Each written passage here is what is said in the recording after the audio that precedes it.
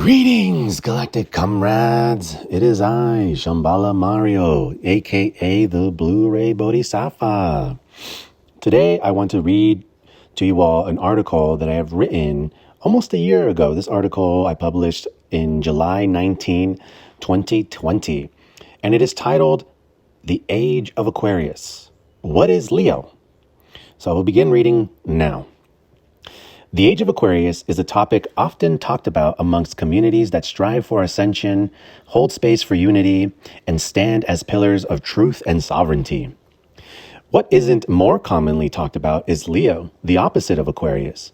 Every sign in the zodiac has a direct opposite sign, and that dynamic they share is called an axis. What is an axis?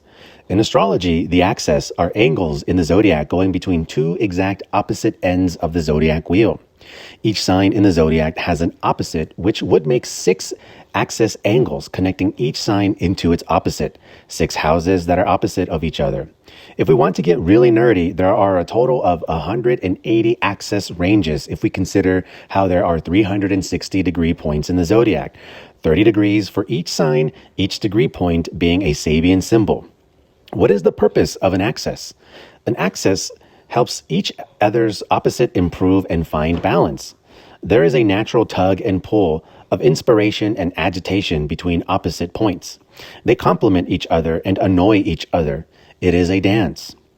I bring all this access information up because for as often as I see and hear about the age of Aquarius being the golden age, using air quotation marks here, the age of Aquarius being the golden age, bringing in unity on the planet and ascending in consciousness.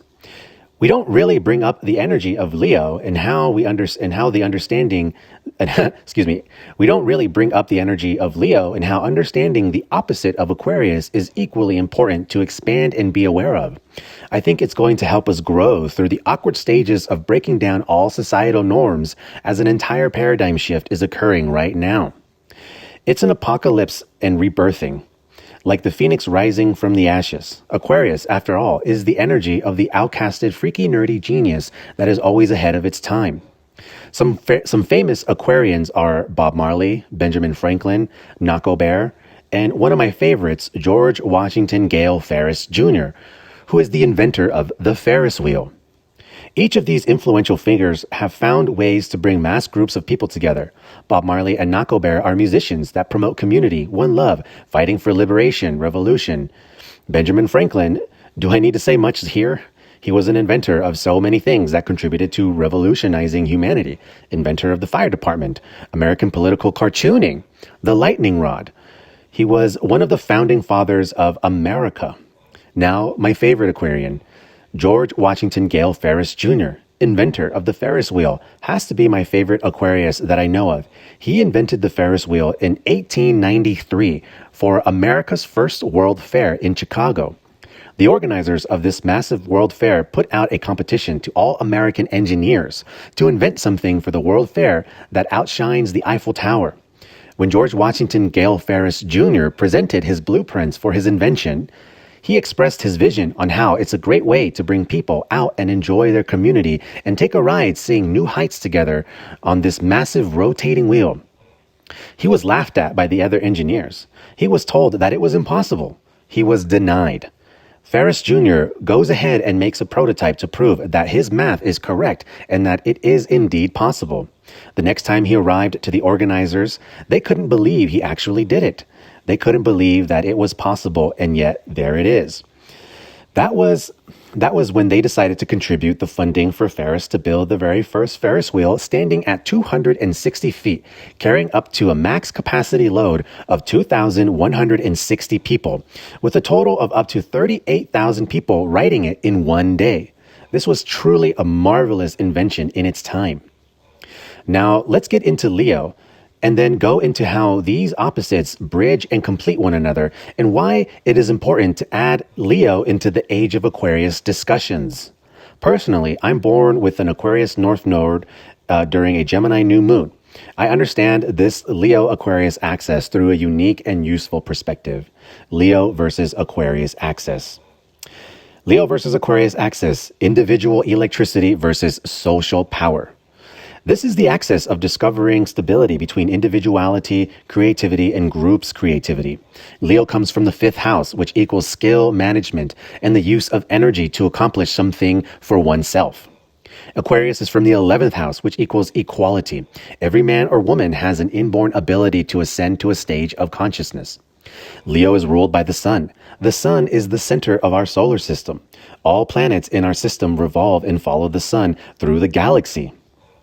Our sun is an all-giving life force that never needs to take from anyone or anything. It supports all life on Earth. Well, maybe not inner Earth, LOL. Anyways, you get what I'm saying here. The sun is pure king, queen, royal energy. It needs no one or no thing. The sun is a tamed fire that is utilized in harnessing skill and creation. It is really surprising why Leos have the reputation they have. It is really not surprising why Leos have the reputation they have.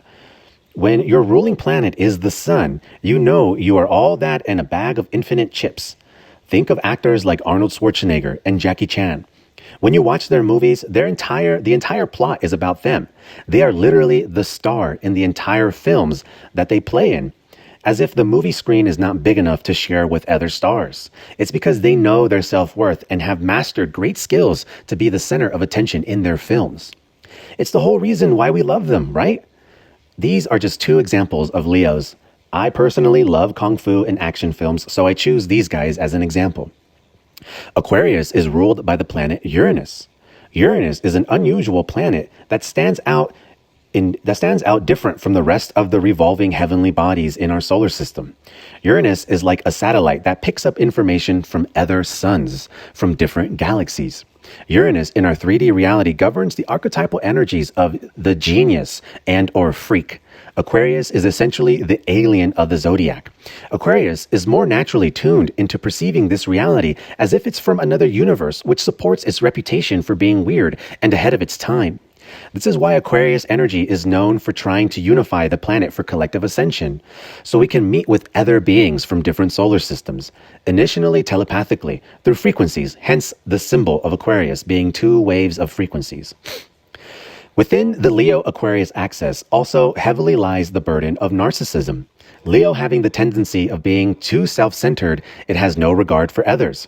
Aquarius having an advanced knowingness of the world that it has cold and indifferent emotions. The age of Aquarius is what many in the world believe we are entering into. With the Piscean age ending, we are taking our power back from false idols and worship and seeking to unify consciousness on the planet for collective evolution and liberation from delusions and suffering. Here's the thing about people coming together for the One Love Party. If you aren't showing up as your self-realized, self-loving sun, Leo, in all its radiance, then you aren't ready to handle coming together with others. What do I mean by that? If you have low self-esteem and don't fully love yourself and appreciate yourself, well then you're going to project all your shadow and keep bleeding your untamed shadow into the experience.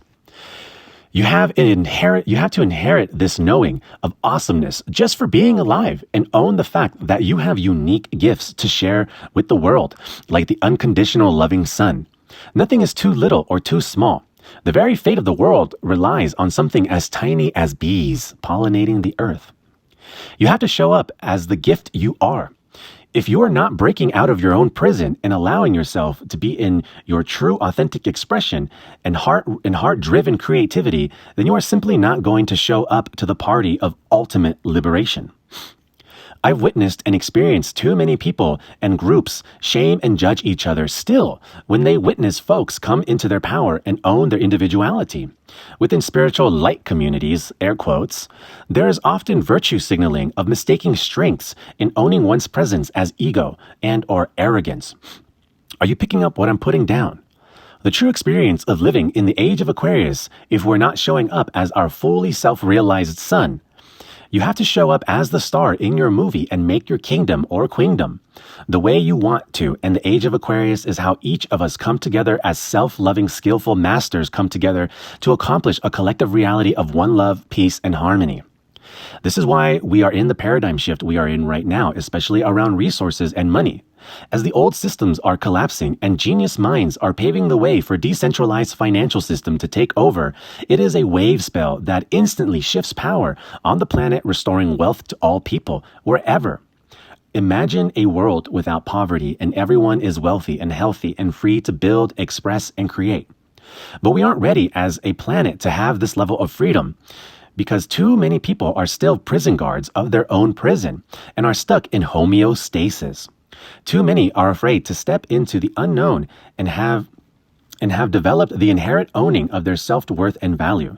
Have you ever heard of those stories of people who fall into overnight success and or win the lottery? If you win the lottery and suddenly fall into all this wealth and haven't yet obtained a skillful mastery of self-love that is royal, you will spoil your riches and never achieve a lasting legacy of greatness. Too many people that win the lottery literally piss away the money in a matter of 1 to 2 years. Could you imagine a winning of $78 million just gone? Why does this happen to people? Because they didn't have any sense of self-value, no honor. It wasn't earned from a throne of genuine self-worth.